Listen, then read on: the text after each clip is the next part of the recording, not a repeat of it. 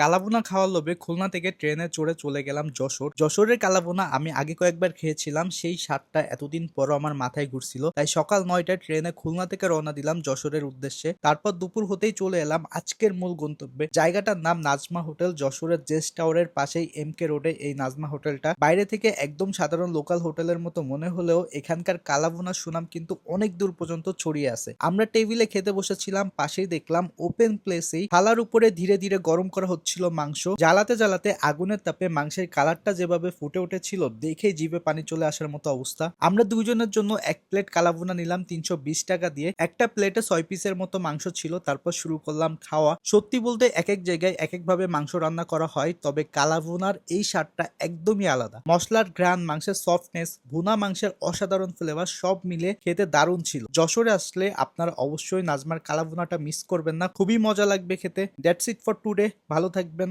আসসালামু আলাইকুম।